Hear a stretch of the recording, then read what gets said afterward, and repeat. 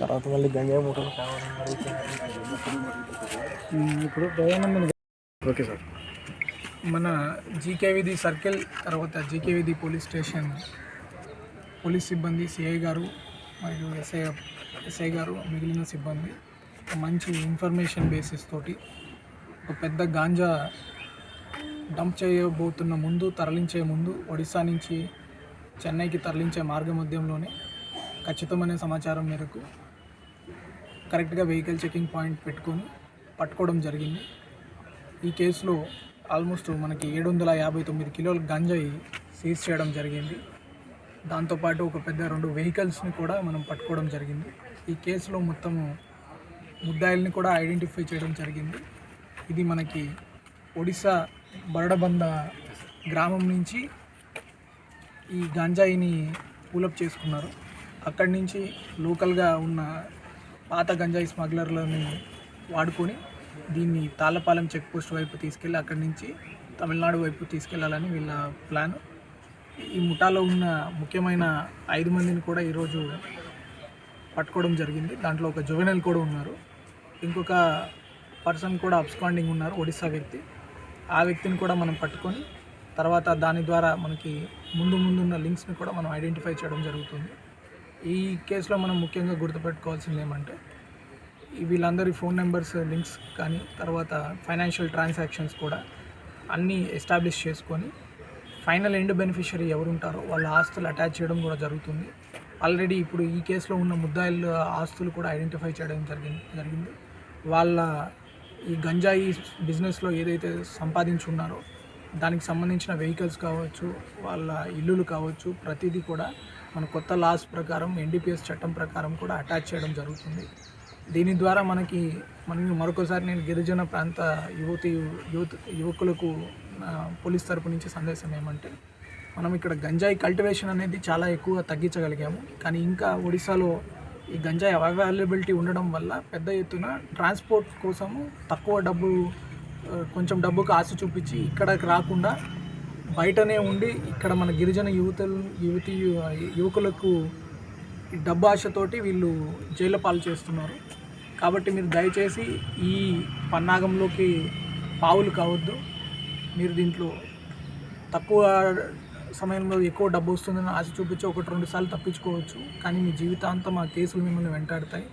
అంతేకాకుండా ఇంకా ఎక్కువ ఫోకస్ తోటి మనం చేస్తున్నాం కాబట్టి ఖచ్చితంగా మీ ఆస్తులు అన్నది అటాచ్ చేయడం జరుగుతుంది. మీ జీవనోపాధి ఏదైతే ఉన్నాయో పొలాలు కానీ స్థలాలు కానీ మీరు కొన్నవి అంతకుముందు ఉన్నవి కూడా ప్రిజంప్షన్ మీ మీదే ఉంటుంది కాబట్టి మళ్ళీ ప్రూవ్ చేసుకోవడం కూడా చాలా కష్టం. మీరు ఇంతకుముందు సంపాదించుకున్న ఆస్తులు కూడా పోగొట్టుకునే ప్రమాదం ఉంది. కాబట్టి దయచేసి అధిక డబ్బు తక్కువ టైంలో వస్తుందని ఆశపడి ఇట్లాంటి ట్రాన్స్పోర్టింగ్ ముఠాల్లో మీరు ఇన్వాల్వ్ అవ్వద్దు. వీళ్ళ మీద కూడా మనము పీడీ యాక్ట్ పెట్టడం జరుగుతుంది. ఖచ్చితంగా వీళ్ళు ఎక్కువ కాలం జైల్లో ఉండేటట్లు కూడా చూస్తాము. అది కాకుండా ఈ కేసుని కూడా కొత్త న్యాయ చట్టం ప్రకారం మనము ఇన్వెస్టిగేషన్ కూడా చేయడం వల్ల ఖచ్చితమైన టెక్నికల్ ఎవిడెన్స్ కూడా అంతా సేకరించడం జరిగింది. దీన్ని ఫాస్ట్ ట్రాక్ ట్రయల్ తీసుకుని వీళ్ళందరికీ ఖచ్చితంగా జైల్లో ఉన్నప్పుడే బెయిల్కి రాకముందే వీళ్ళకి ట్రయల్ కండక్ట్ అయ్యేటట్లు కన్విక్షన్ వచ్చేటట్లు పోలీస్ వ్యవస్థ పనిచేస్తుంది. Thank you.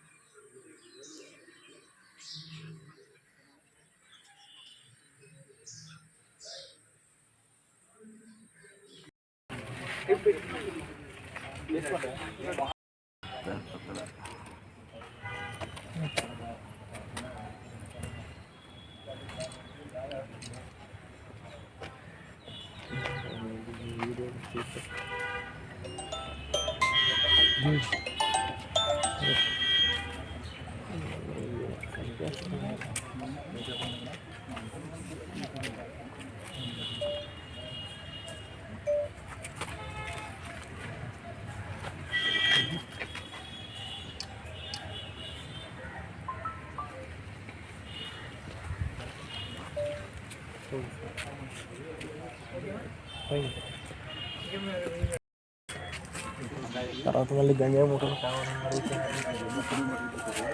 ఇప్పుడు దయానందన్ ఓకే సార్. మన జీకే వీధి సర్కిల్ తర్వాత జీకే వీధి పోలీస్ స్టేషన్ పోలీస్ సిబ్బంది సిఐ గారు మరియు ఎస్ఐ గారు మిగిలిన సిబ్బంది ఒక మంచి ఇన్ఫర్మేషన్ బేసిస్ తోటి ఒక పెద్ద గాంజా డంప్ తరలించే ముందు ఒడిశా నుంచి చెన్నైకి తరలించే మార్గ మధ్యంలోనే ఖచ్చితమైన సమాచారం మేరకు కరెక్ట్గా వెహికల్ చెకింగ్ పాయింట్ పెట్టుకొని పట్టుకోవడం జరిగింది.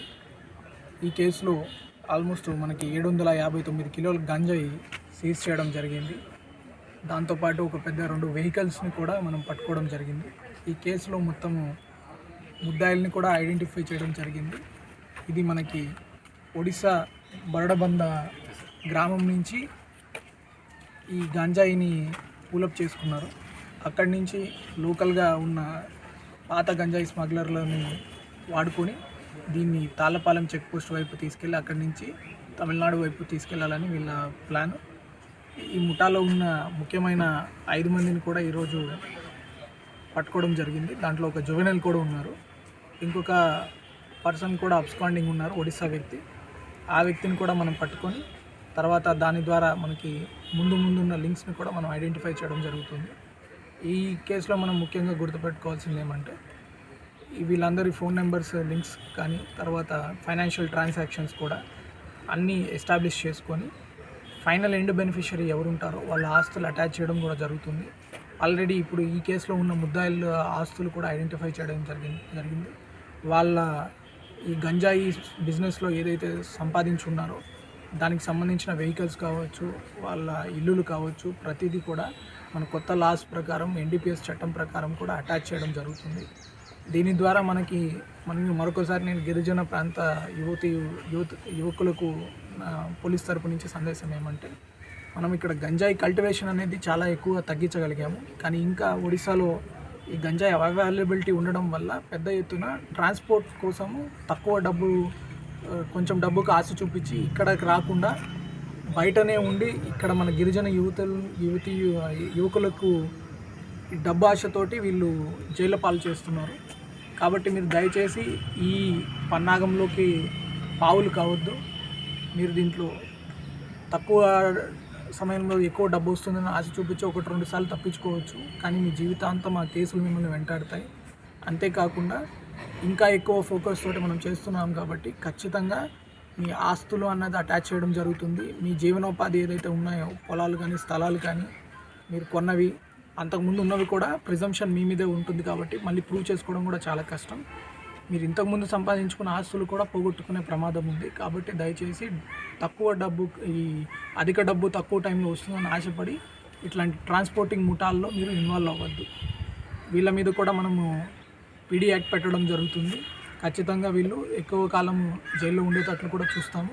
అది కాకుండా ఈ కేసుని కూడా కొత్త న్యాయ చట్టం ప్రకారం మనము ఇన్వెస్టిగేషన్ కూడా చేయడం వల్ల ఖచ్చితమైన టెక్నికల్ ఎవిడెన్స్ కూడా అంతా సేకరించడం జరిగింది.